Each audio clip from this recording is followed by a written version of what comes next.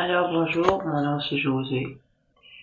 Euh, Vous m'entendez souvent parler d'anges, de mes guides, des communications spirituelles que je reçois, mais vous ne savez pas vraiment quoi que ce soit d'autre de moi que de ce que je vous dis.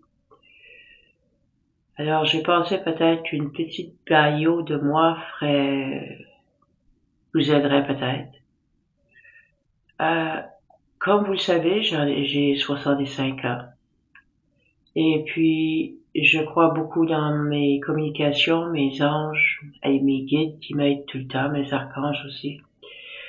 Et puis, je suis une personne qui est très spirituelle, qui vit dans l'amour de soi,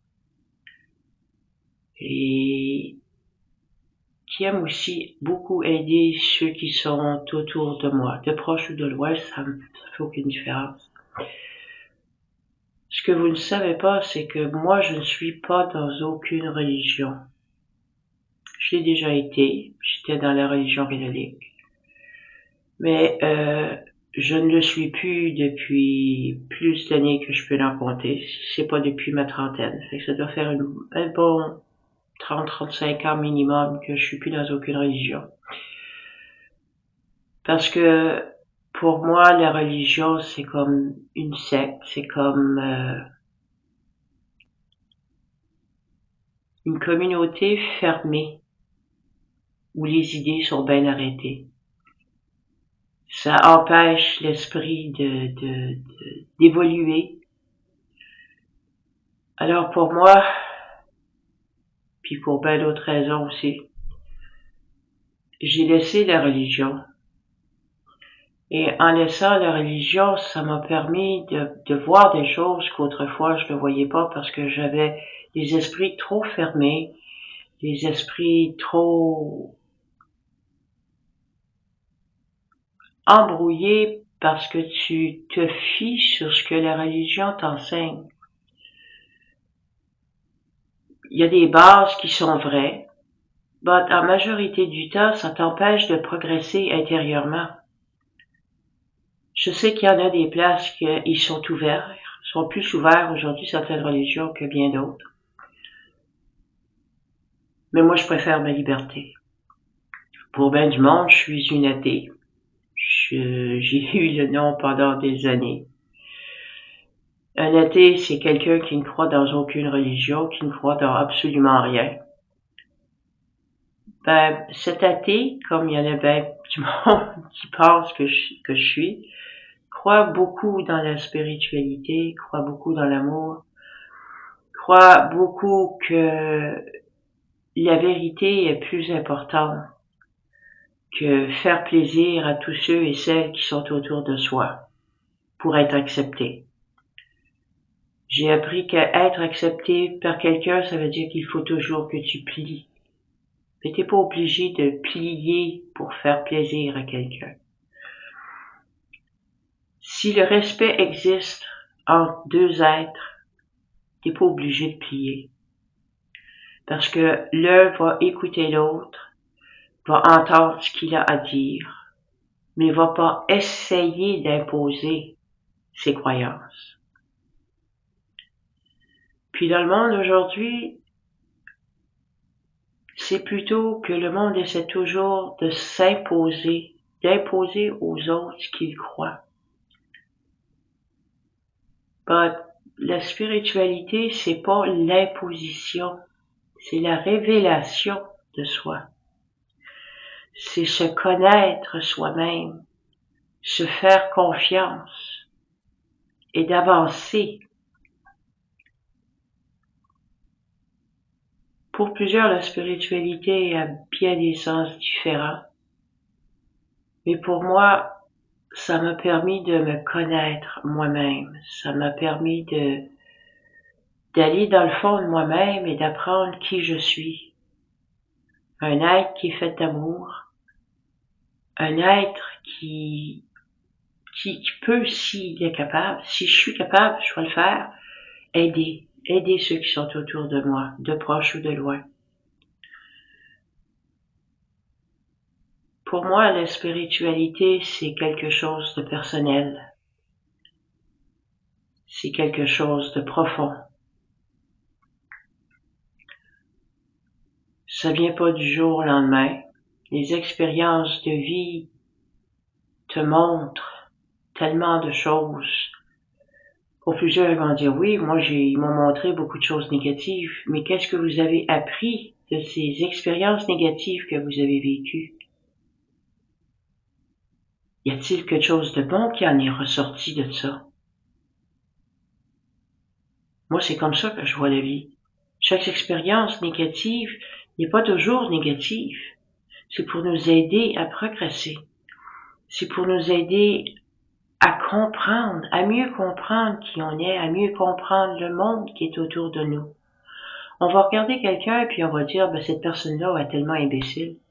Cette personne-là est sans cœur. Mais la connaissez-vous vraiment? Savez-vous ce qu'elle a passé à travers? Savez-vous les misères qui l'ont rendue où elle est? Vous savez rien. Vous savez juste que ce que vous voyez, ce que les gens vous ont dit, ce que vos yeux vous démontrent. Mais ça dit pas ce que la personne est intérieurement. Ça dit pas ce que la personne a passé intérieurement, les émotions, les blessures qui l'ont rendue où elle est. Des fois, les blessures sont tellement profondes que ça peut nous prendre longtemps à guérir. Je le sais, j'ai passé par là. J'ai eu des blessures extrêmement profondes. Je pouvais pas sentir le monde, même, littéralement. Puis je m'étais refermé comme un étau pendant plus d'années que je peux en compter. Jusqu'à temps que je réalise que on est tous des êtres humains. On a tous des sentiments profonds. Pas juste le dire, le savoir, pas vraiment le réaliser intérieurement. Quand tu réalises les émotions que toi t'as passées, puis c'est pour ça que t'étais d'une façon, puis t'étais d'une autre façon, pouvez-vous imaginer chaque personne que vous rencontrez, les émotions qu'ils ont passées pour être où ce qu'ils sont? Les efforts qu'ils ont faits pour se rendre où ce qu'ils sont. Moi, je parle de ceux qui se guérissent. Il y en a qui vont voir des psychologues, des thérapeutes, des docteurs, quelle que soit la façon dont ils vont voir pour avoir de l'aide. D'autres le font intérieurement, d'autres le font progressivement. Ils désintoxiquent, en tout cas, ils essayent de défaire leurs expériences pour essayer de comprendre pourquoi que ça leur est arrivé. Et puis, aussi bizarre que ça peut paraître, ben souvent, quand c'est jeune, ça vient de nos parents qui savaient pas mieux. Et après ça, ça vient de nous-mêmes. C'est de nous-mêmes que les problèmes ont commencé après ça. Parce que on a accepté la vérité qui nous avait été dite quand on grandissait, parce qu'on connaissait pas mieux, on était innocents. Et puis quelqu'un qui nous disait, ben tu vas pas mieux que ça, t'es pas mieux que ça. Ben souvent tu grandis avec ces paroles dans la tête. Quand il arrive quelque chose de négatif, ben tu dis, ben oui c'est vrai, je méritais ça. Mais c'est pas vrai, tu méritais pas ça. Parce que c'est ça qu'on t'a inculqué. Et puis, c'est faux. On peut changer cette façon de voir. La guérison, faut qu'elle commence par nous-mêmes, faut qu'elle commence par soi-même. Puis la première guérison à faire, c'est se pardonner. c'est apprendre à s'aimer soi-même. Puis ça, c'est une chose qui est extrêmement dure pour chacun de nous de faire, d'apprendre à s'aimer. Je parle pas de ceux qui s'aiment trop, parce qu'il y en a qui se trouvent extraordinaires, magnifiques, etc. Ça, c'est l'ego qui parle. Mais je parle de quelqu'un qui a jamais su ce que c'était qu'être vraiment aimé. Quand tu apprends à t'aimer soi-même, à t'aimer toi-même plutôt, c'est plus dur. C'est plus dur à accepter. Tu te regardes dans le miroir puis tu te dis « Ah mon Dieu, c'est ça que je ressemble. Ah mon Dieu, que je fais dur. Ah mon Dieu, c'est toujours... Ah, on a toujours des côtés qu'on n'aime pas. On a toujours des côtés qu'on veut pas voir. Et pourtant, c'est ce qui fait notre beauté à chacun.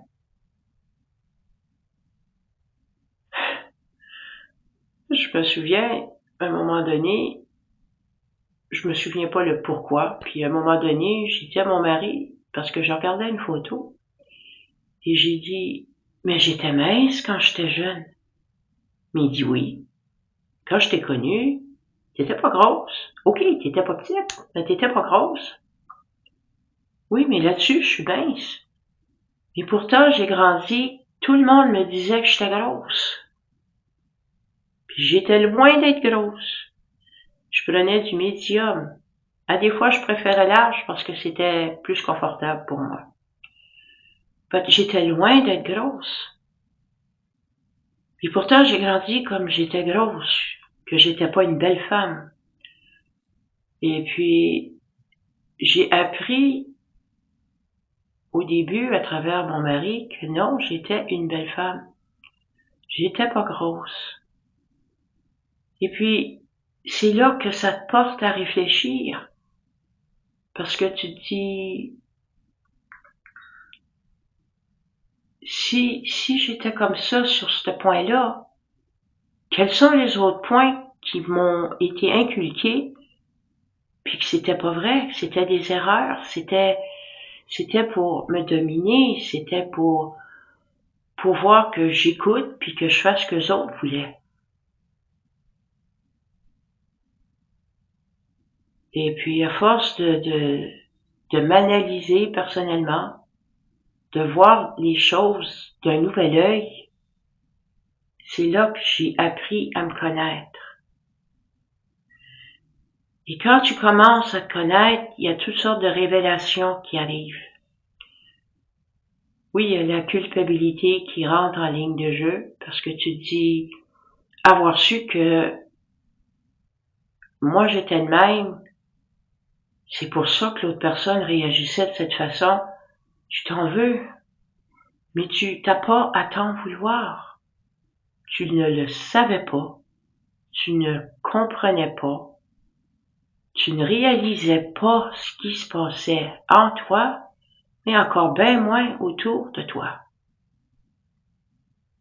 Apprendre à s'aimer, c'est tout un apprentissage. Apprendre à s'accepter, à se trouver belle ou à se trouver beau. C'est tout un apprentissage. Ça vient pas du jour au lendemain. Quand l'apprentissage commence à devenir une réalisation, ça vient plus facilement. Les expériences sont plus dures à prendre, mais le pardon de soi devient plus facile envers soi. Parce que plus que tu te comprends, mieux tu comprends les autres. Et mieux tu comprends les autres, plus tu te pardonnes. Plus que tu t'acceptes tel que t'es. T'es pas parfait, tu le seras jamais. So what? Qu'est-ce qui est important? La perfection? Non, la perfection, c'est pas important. Si tu demandes la perfection aux autres, il faut que tu demandes la perfection à toi-même. Puis demander la perfection à soi-même, c'est stressant. c'est un stress énorme sur soi. T'as pas besoin de te demander ça, puis t'as pas besoin de demander les autres. Si tu t'acceptes tel que t'es, accepte les autres tels qu'ils sont. Si tu peux pas être capable de supporter ou de sentir, entre parenthèses, si je peux dire, quelqu'un, ben reste pas avec. Si tu veux pas essayer de le comprendre, change de route. Reste pas. Subis pas. Parce que si la personne, tu vois la personne pour qui elle est, puis tu te rends compte que, ben oui, mais j'aime cette personne. Tu peux essayer de l'aider. Mais, il faut pas oublier qui tu es aussi. Faire plaisir à quelqu'un, tout en se faisant plaisir, c'est une chose. Faire plaisir à quelqu'un, mais juste à ce quelqu'un-là, tôt ou tard, tu te perds. Tôt ou tard, tu oublies qui tu es. Et tu te laisses dominer par la situation.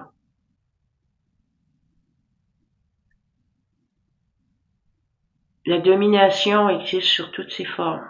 Elle peut exister avec un sourire, elle peut exister en des belles paroles qui après ça nous sacrent une claque en pleine face. Et puis on se dit, shit. Yeah. Moi je dis le mot, là, excusez pour le terme. But, à des fois, il faut faire attention. Aider les autres, c'est bon. Mais il faut pas s'oublier dedans. Il faut mettre ses propres limites. Il faut pas se laisser emporter par ses émotions. Parce que voyez-vous, à des fois, quand tu te laisses emporter par tes émotions, c'est là que tu te fais avoir. Il faut que tu mettes tes limites. Ils vont dire, ben oui, mais ça, c'est être égoïste. C'est pas être égoïste. C'est survivre. Si tu dis oui, je vais t'aider à faire ci, puis oui, je vais t'aider à faire ça, puis t'es épuisé avant de commencer. T'es déjà au bout de ton rouleau avant de commencer. Tu aides pas. Tu deviens frustré. La colère parfois va même monter parce que, avoir su si c'était ça, je l'aurais pas fait. But, il faut savoir où sont nos limites, où sont nos forces, où sont nos faiblesses.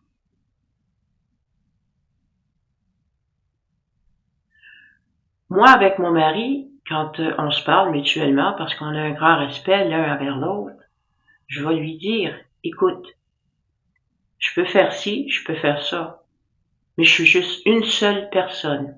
Je peux pas tout faire, j'ai besoin d'aide. Sans ça, il y a rien qui va se faire parce que moi, je peux pas tout faire. J'ai mes choses à faire, j'ai mes propres affaires à faire. Et puis, quand ça vient à la maison, je donne un exemple, nettoyer la maison et tout, ça c'est un travail qui se fait à deux. Je peux faire beaucoup de choses dans la maison, mais je peux pas tout faire. Tu peux, toi, vider, un exemple, le lave-vaisselle, je le remplirai. Je peux balayer tel endroit, tel jour. Toi, tu peux balayer tel autre endroit, telle autre chose, tel jour. C'est un give and take, c'est tu donnes et tu reçois. C'est pas juste un fait tout, puis l'autre fait rien. C'est ça. Manquer de respect l'un envers l'autre, manquer de respect envers soi-même. C'est toutes sortes de petites choses comme ça qui fait que faut que tu mettes tes limites.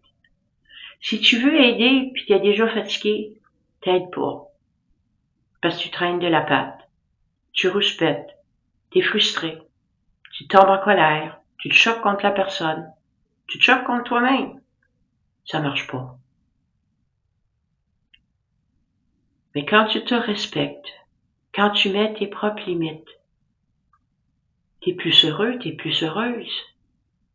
Pourquoi? Parce que tu accomplis des choses, tu fais des choses. C'est pas toujours facile. Parce que c'est toujours une discussion. Une discussion envers toi-même, une discussion envers les personnes avec qui tu vis. Parce qu'il y a des fois, t'as des familles, t'as un mari, t'as des enfants. Des fois, t'as toute l'équipe au complet. Et puis, c'est pas toujours facile, surtout pas quand t'as des teenagers.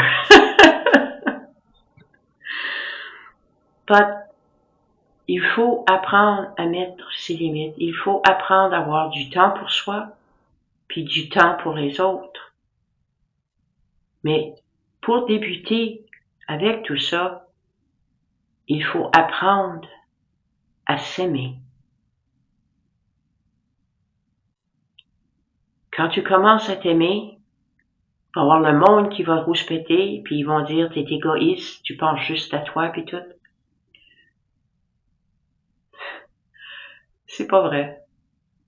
Quand tu commences à t'aimer, ça veut dire que tu commences à prendre soin de toi.